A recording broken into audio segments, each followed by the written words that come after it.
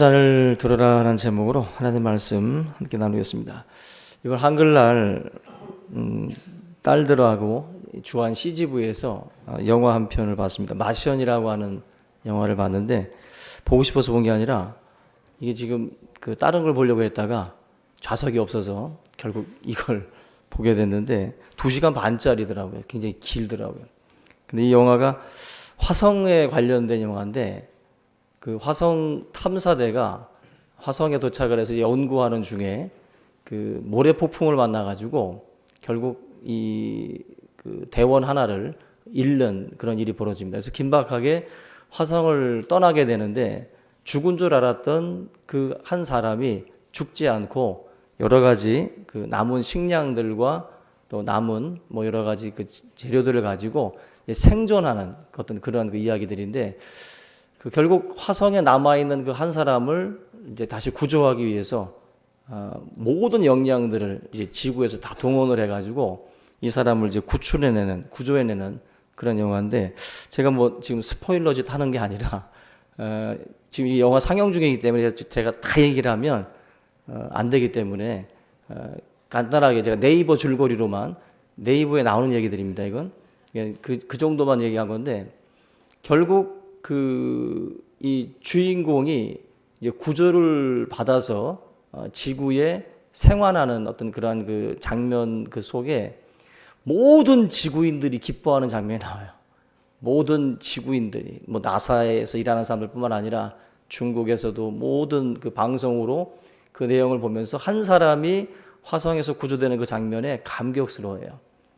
그리고 지구로 돌아와서 화성에서는 제대로 된 감자 하나 키울 수 없는 척박한 땅인데 이 지구 땅에는 땅바닥에서 새순이 나는 그 장면을 보면서 어떻게 보면 이제 감사하는 어떤 그런 그 어떤 모습으로 마지막 이제 장면들이 나옵니다. 근데 이걸 제가 보면서 뭐 크리스찬이고 또 이제 목사다 보니까 그런 느낌을 받았어요. 한 사람을 구조하기 위해서 모든 역량을 동원하는데 과연 실제 상황에서도 저럴까? 정말 한 사람을 위해서 천문학적인 숫자가 동원되는 거거든요. 우주선을 발사하지요. 정말 어마어마한 돈들이 지금 들어가는 겁니다. 한 사람을 위해서.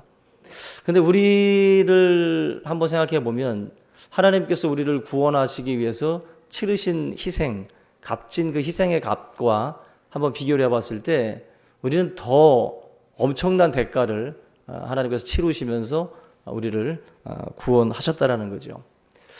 우리가 이런 것들을 한번 비교를 해보면 정말 나라고 하는 한 사람을 위해서 우리가 60억 인구, 뭐 70억 인구를 구원하기 위한 게 아니라 나를 위해서라는 생각을 하셔야 돼요. 십자가의 은혜는 나를 위한 거예요.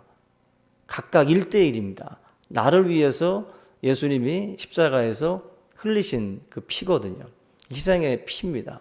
그 대가가 정말 상상할 수 없는 그런 크기라는 것입니다. 우리가 이 누가복음 15장 7절에 보시면 잃어버린 양의 비유가 나와요.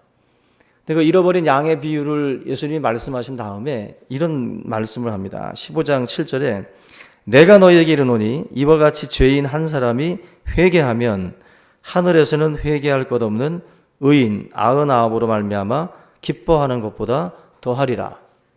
하늘에서는 그냥 한마디로 극적인 삶이죠. 완전 유턴하는 그런 인생들에 대해서 하나님이 굉장히 기뻐하신다는 거예요. 죄악된 길로 걸어가다가 결국 예수님을 알게 되고 새로운 삶으로 이제 턴하는 사람들, 그런 사람들을 하나님께서 보실 때에 기쁨의 빵빠레를 울리신다라고 말씀을 합니다. 얼마나 대단한 거예요.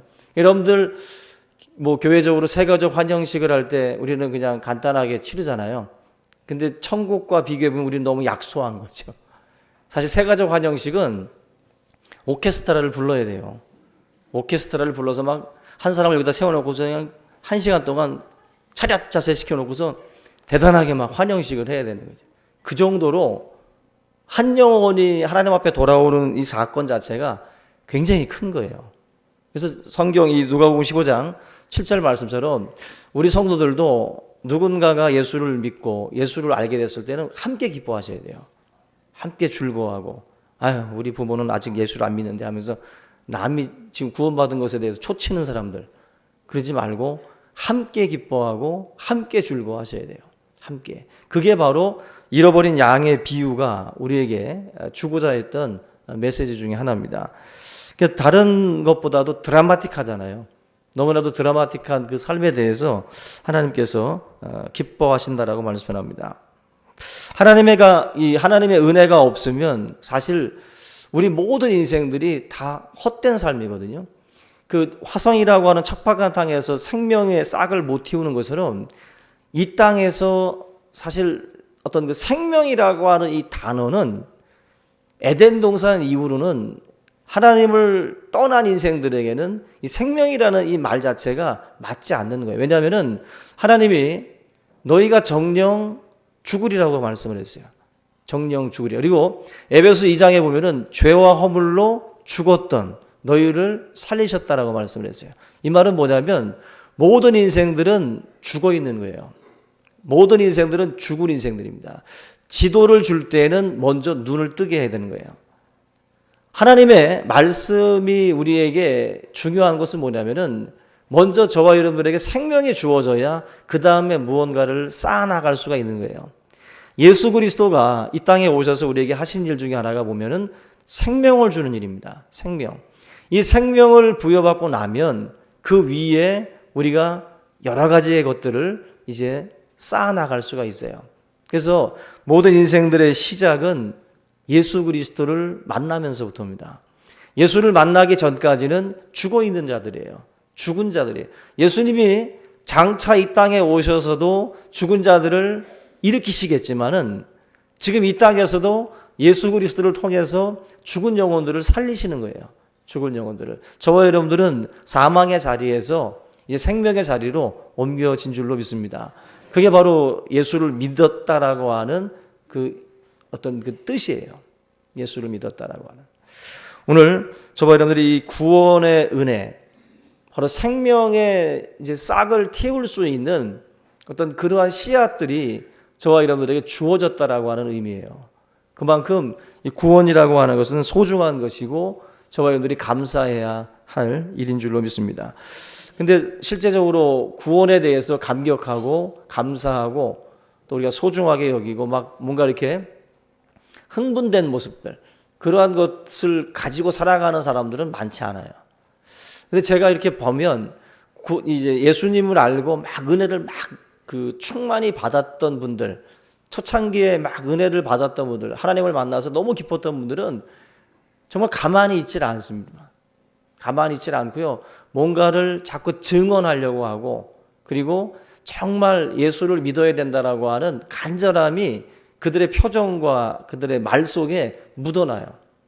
그만큼 이 구원받은 것에 대한 감격이 막 이제 넘쳐난다라고 하는 거죠. 넘쳐난다. 오늘 본문의 말씀도 보시면 12절에 내게 주신 모든 은혜를 내가 여호와께 무엇으로 보답할까? 지금 이 문장 자체도 우리가 읽어보면 이 사람 마음속에 지금 막 뭔가 흥분됨이 있잖아요.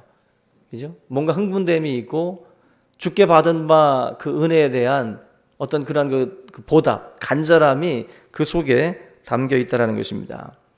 우리가 무언가를 증거하기 위해서는 내 안에 기쁨이 있어야 되고 좋아야 돼요. 내가 좋아야 전달이 되지 내가 좋지 않은데 전달할 수가 없거든요. 그래서 그 수가성 우물가 여인도 물 떠러 왔다가 어떻게 됩니까? 예수님 만나고 난 뒤에 물동이를 집어던지고 마을로 내려가요. 그리고 예수님을 증언합니다. 바로 그것이 구원받은 자들에게 나타나는 현상 중에 하나입니다. 저와 여러분들의 삶에 구원의 감격과 기쁨이 없다면 우리의 삶을 깊이 진지하게 고민하셔야 돼요. 우리의 마음 가운데 예수 그리스도가 찾아왔을 때 보여줬던 삭개오라든지 또 수로보니게 여인이라든지 또 사도 바울이라든지 이런 인생들을 보면 주님 만나고 난 뒤에 삶이 바뀌어요. 물을 떨어가던 인생이 주님을 증언하는 인생으로 바뀌어요. 한마디로 이 삶 자체가 달라진다라는 거예요. 달라진다는. 여러분들에게 달라진 인생이 없다면 예수님을 만난 증거를 우리가 나타낼 수가 없는 거예요. 뭘 가지고 우리가 예수를 만났다고 우리가 말할 수 있냐는 거죠. 바로 이 구원의 감격과 기쁨이 흐르는 것으로 우리가 나타낼 수가 있습니다. 저희들의 마음 가운데에 예수님을 만나서 너무나도 감격스러워서 그 은혜를 어떻게 하면은 보답할 수 있을까? 이런 고민들이 드시나요? 그런 고민들이 지금 시편 이 저자의 그 생각 속에, 마음 속에 지금 있다라는 거예요. 있다라는 거. 그러니까 우리의 삶에도 예수 만난 어떤 그 감격과 기쁨은 아무도 정말 빼앗아 갈 수가 없습니다. 예수님도 바로 이 기쁨을 그 누구도 빼앗아 갈 자가 없다라고 말씀을 했는데 그 기쁨이 바로 구원의 기쁨이에요. 그래서 그 제자들은 예수님을 증거하면서 자기들이 매맞고 조롱당해도 그것으로 오히려 기뻐하고 즐거워했다라고 사도행전 5장에도 기록을 하고 있습니다. 우리의 삶에 고난이 온다고 해서 기쁨이 꺾이느냐? 아니에요.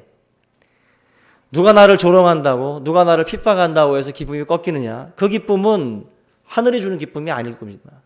하나님이 주시는 기쁨은 뺏어갈 자가 없다 그랬어요. 하나님의 사랑도 뺏어갈 자가 없다 그랬어요. 하나님이 여러분들의 마음 가운데 찾아오셔서 내가 너를 사랑한다, 내가 너를 지명하여 불렀다라고 하나님의 그 사랑의 음성을 듣는 자들은 절대로 세상 속에서 여러분들의 마음을 뺏길 수 없어요. 그 하나님의 그 사랑을 아무도 뺏어갈 수 없다라는 거예요. 그래서 고난이 온다고 해서 뺏기고 잃어버리는 것이 절대로 아닙니다. 우리 모든 성도님들에게 그 하나님의 구원의 역사, 구원의 은혜, 이것이 정말 강력하게 함께 할 수 있기를 주님의 이름으로 축원합니다. 그 시편 51편에 보면은 그 성군 다윗의 고백이 나와요. 다윗은 우리가 잘 아는 것처럼 이스라엘 사람들이 가장 존경하는 사람이지만 반대로 큰 죄를 저질렀던 사람이기도 합니다. 이 다윗이 우리아의 아내 밧세바를 범하고 난 뒤에 깊은 고민에 빠져요. 그래서 시편 51편을 같이 한번 찾아보겠습니다. 시편 51편 12절 한번 보겠습니다.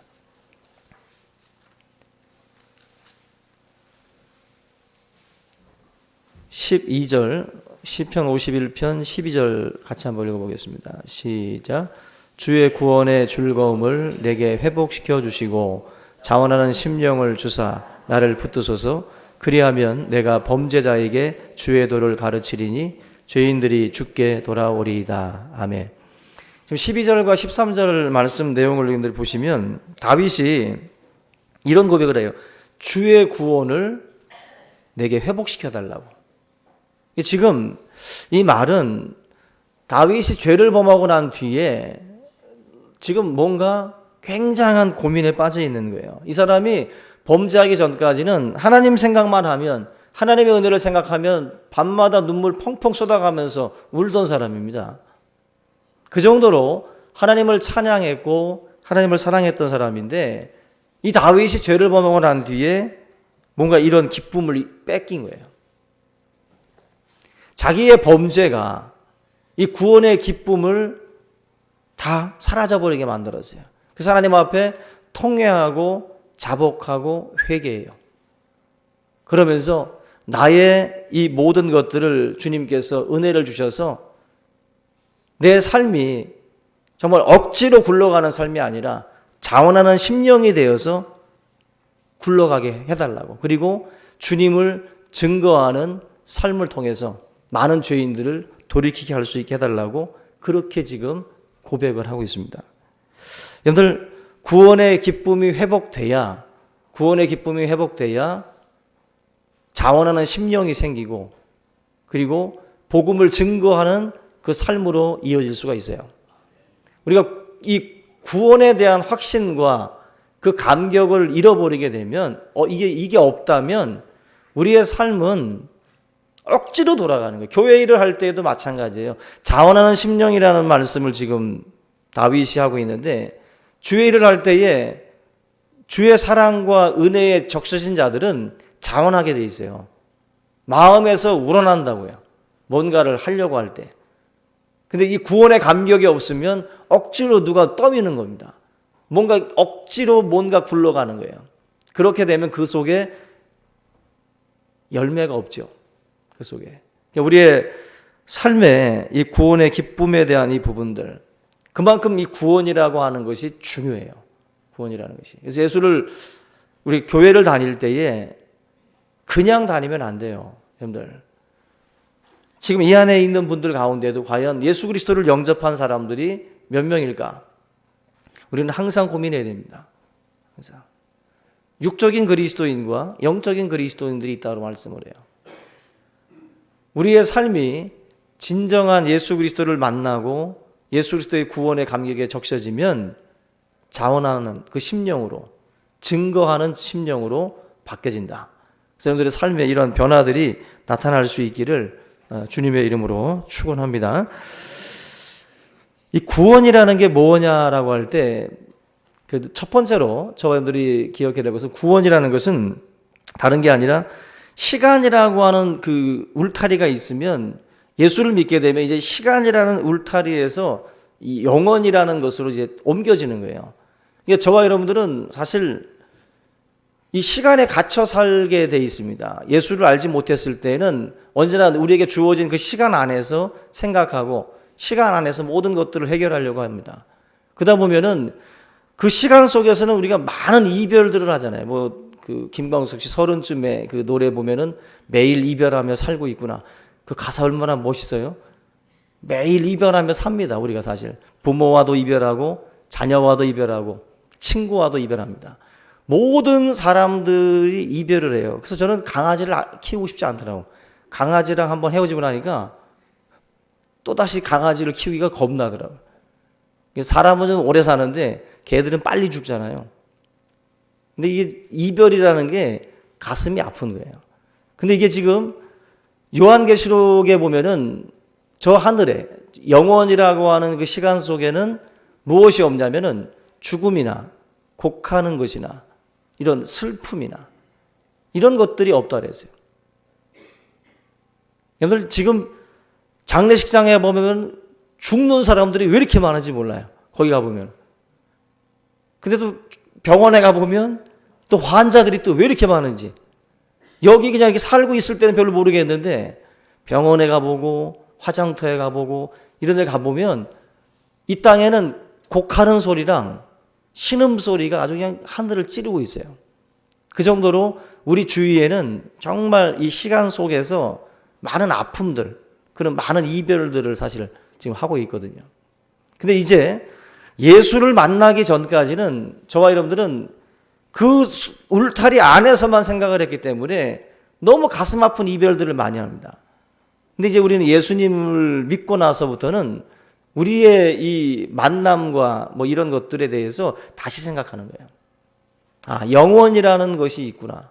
영원이라는 것이. 바로 예수님께서 저와 여러분들에게 주신 것이 바로 영원이라고 하는 것을 바라보게 하시는 거예요. 영원이라는. 장차 올 영광에 대해서 바라보는 인생으로 이를 바꿔놓으신 거예요. 구원받은 자들이라는 것은 바로 영혼을 바라보고 영혼을 생각하는 사람을 의미합니다.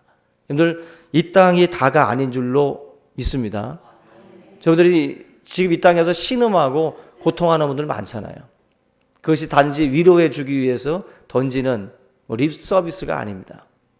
하나님의 말씀을 우리가 믿고 우리의 삶의 저 끝자락, 끝에 그 죽음이라는 것이 우리 그리스도인들에게는 문이라고 말씀을 해요. 그 끝은, 죽음이라는 것은 또 다른 하나님의 나라로 들어가는 문이에요. 죽음을 통해서 들어가는 것입니다. 그래서 그런 점에서 구원받았다라는 것은 이제는 그런 것으로 우리가 한번 다시 생각의 지경을 넓히는 겁니다. 두 번째로, 여러분, 구원이라는 것은 결국 뭘 말씀하냐면, 이제는 저와 여러분들은 실패하는 어떤 그 인생이 아니라 성공하는 인생이라는 거예요.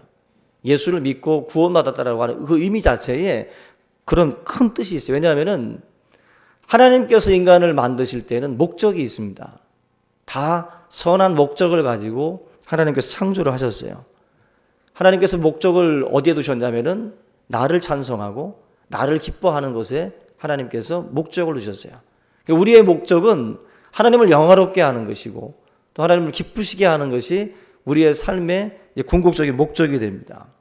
근데 예수님을 믿기 전까지는 그 목적이 없었어요, 우리에게. 그 목적과 다른 삶을 살고 있었습니다.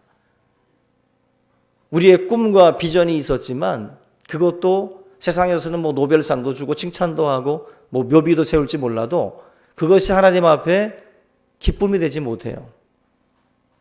이제 저와 여러분들의 삶이 성공과 실패라고 할 때 어떤 큰 것을 이루어서가 성공이 아니라 하나님의 목적에 맞게 저와 여러분들이 작은 일을 하든 큰 일을 하든 살아가고 있다면 그 인생이 성공한 인생이에요. 여러분들의 그 일이 누가 보기에는 참 미미해 보이는 정말 작은 일일 수 있겠지만 그 일을 통해서 하나님을 영화롭게 하고 하나님의 기쁨이 되신다면 여러분들의 인생은 성공한 거예요. 우리의 이제 삶에 어떤 그런 것들, 자기를 보면서 나는 지금까지 뭐하고 살아왔나 하면서 요거밖에 못했다라는 생각들을 할 수가 있어요. 상대적이니까 우리가 서로들 볼 때. 그러나 이런 생각 자체를 바꾸셔야 돼요. 뭐 구멍가게를 할 수도 있고 뭐 정치인이 될 수도 있고 뭐 작은 곳에서 뭐 누가 한 말처럼 지구 한 모퉁이를 우리가 쓸고 있을 수도 있어요. 근데 그러한 것들로 내 자신을 성공했다, 실패했다 여기지 말라는 거예요. 하나님이 저와 여러분들을 향한 선한 목적대로 내가 지금 살고 있느냐가 더 중요해요. 목적대로. 우리의 삶을 돌아보면서 단순한 인간적인 그런 그 평가에 저희들이 좌지우지 되지 말고 하나님이 나를 평가하실 때 어떻게 평가할지를 돌아보셔야 돼요. 아무리 주위의 사람들이 여러분들을 인정하고 있어도 하나님이 여러분들의 인생을 인정하지 않는다면 그건 실패한 인생입니다. 실패한 인생이에요. 그래서 세상의 성공과 실패라고 하는 기준으로 여러분들의 인생을 재지 마시고 하나님의 평가에 귀를 기르셔야 돼요. 그래서 작은 일에 충성된 자들을 주님이 칭찬하잖아요. 우리가 맡은 일들이 무슨 일이든지 간에 그 작은 곳에서 하나님을 영화롭게 하는 그 역할들을 감당해 나갈 수 있기를 주의 이름으로 부탁을 드립니다. 그 웃음으로 암을 치료하는 의사가 있는데요. 그 대암 클리닉 이병욱 원장인데 그 이병욱 원장은 우리 고신교단 그 고신대 그 의료원에서 한 15년 정도 외과 의사로 일했던 분이에요. 1,500회 이상 암 수술 전문인데 굉장히 유명한 분입니다. 근데 이분이 8년 전에 메스를 놨어요. 메스를 놓고 이 대암 클리닉이라고 하는 이 병원을 이제 개원을 했는데 이분은 암을 지금까지 고치는 과정에서 암이라는 것이 절대로 수술만 가지고 되는 게 아니라는 것을 이분이 이제 몸으로 느낀 거예요.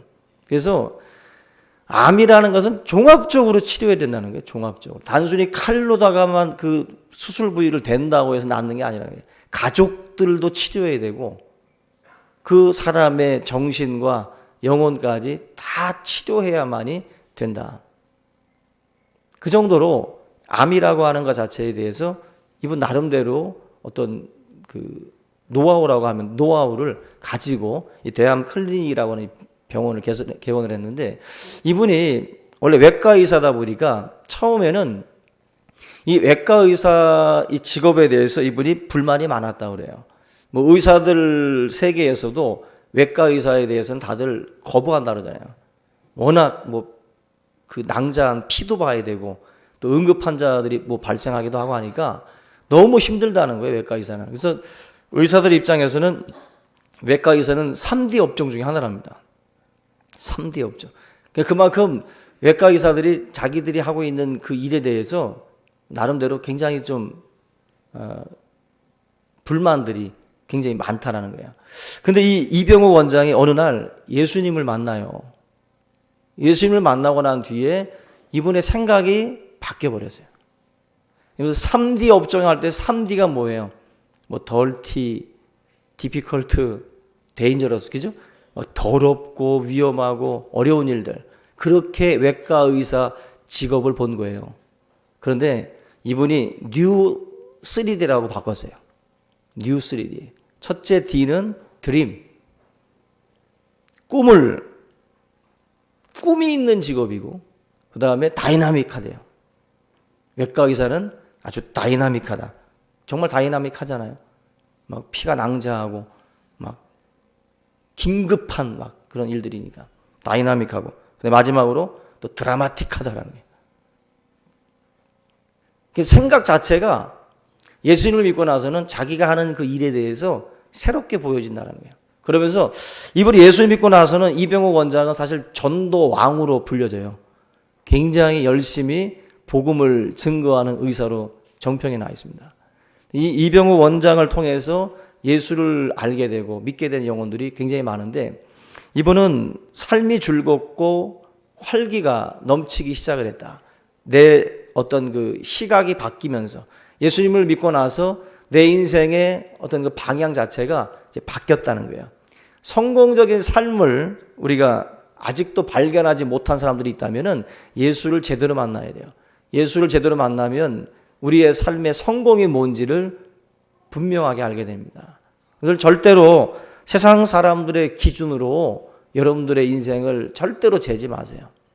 우리 성도는 하나님의 말씀 안에서 자기를 비춰야지, 세상 사람들이 뭐 명절 때 친척들이 뭐라고 한다고 또 낙심해가지고 자기 가는 그 길에 대해서 회의를 느끼고 그러면 안 됩니다. 하나님이 여러분들에게 주신 그 장이 있어요. 그 자리에서 여러분들 충성하고 거기에서 하나님 영화롭게 할 수 있다면 그 인생이 복된 인생이에요. 다 저 꼭지점에 가는 건 아니잖아요. 그죠? 우리 IQ도 좀 생각하고 우리 능력도 생각한다면 꼭 저 꼭지점 쪽에만 가는 게 다가 아니에요. 그게 성공이라면 하나님 앞에 인정받을 인생들은 소수일 겁니다. 근데 저와 여러분들의 삶의 그 자리 어디에 가든지 시각이 중요해요. 그러니까 내가 하나님께 구원받았기 때문에 이 구원받은 감격 속에서 인생을 보면 다르게 보여요. 다 다른 시각으로 접근하게 돼요. 접근하게. 오늘 예배 중에 나 같은 죄인 살리신 이 어메이징 그레이스 이 노래 불렀잖아요. 근데 이 노래가 여러분들 언제 굉장히 많이 불려졌었냐면 그 9.11 테러 사건 났을 때 미국에서 가장 많이 불려진 노래가 바로 이 어메이징 그레이스라고 그래요. 많은 사람들이 이 노래들을 많이 불렀대요. 나 같은 죄인 살리신 그 은혜 놀라워. 아마 미국인들이 위기의식들을 많이 느꼈던 것 같아요. 그때서 9.11 테러 사건 최대 수혜자가 교회라고 그랬어요. 그 당시 때 교회로다가 성도들이 굉장히 많이 몰려와가지고 평상시보다 5배 정도 더 예배를 드렸대요. 그러니까 우리 교회로 치면은 그냥 성전이 꽉 찬 거죠. 나갔던 자식들이 언제 무너질지 모르니까 주님의 은혜 놀랍다고 막 이제 찬양하는 모습으로 바뀐 거죠. 어메이징 그레이스는요, 그 테러가 일어났을 때만 부르는 노래가 아니라 평상시에 부를 수 있어야 돼요. 여러분들 평상시에도 이 어메이징 그레이스, 나 같은 죄인 살리심보다는 제목이 왠지 어메이징 그레이스가 더 멋있지 않아요? 존 뉴턴이라고 하는 사람이 작사했어요. 노예 상인이었던 사람이 예수를 만나고 난 뒤에 그 인생이 바뀐 거예요. 그리고 새로운 생명으로 거듭났기 때문에 지은 노래입니다. 여러분들의 인생도 매일매일의 삶이 나 같은 죄인 살리신 그 은혜 놀랍다고 찬양할 수 있어야 돼요. 매일매일. 어느 순간에만 찬양하는 게 아니라. 그래서 지금 다윗이 지금 고백하는 것처럼 주님의 그 은혜가 너무 가슴 뛰고 너무나도 감사해서 내가 주님의 은혜를 어떻게 하면 좋을까? 이 마음 속에서 그러한 어떤 그 움직임들이 계속 일어나야 된다는 거예요. 구원의 잔을 여러분들 높이 들 수 있어요? 내가 구원받은 것에 대해서 구원의 잔을 높이 들고 주님을 찬양하고 주님의 영광을 드러낼 수 있냐는 거죠. 오늘 저희들의 삶에 이런 구원의 기쁨과 감격이 다시 한번 또 샘솟듯 일어나서 그 자리에만 머무는 것이 아니라 많은 사람들에게 이 기쁨과 감격을 증거하는 그런 증인들로서 우리 모두가 설 수 있기를 주님의 이름으로 축원합니다. 이 시간 오늘 말씀을 함께 붙들고 우리 통성으로 기도하는 시간 갖겠습니다. 살아계신 하나님 아버지, 은혜와 사랑을 감사를 드립니다. 내 삶에 참으로 찾아오신 그 주님의 은혜를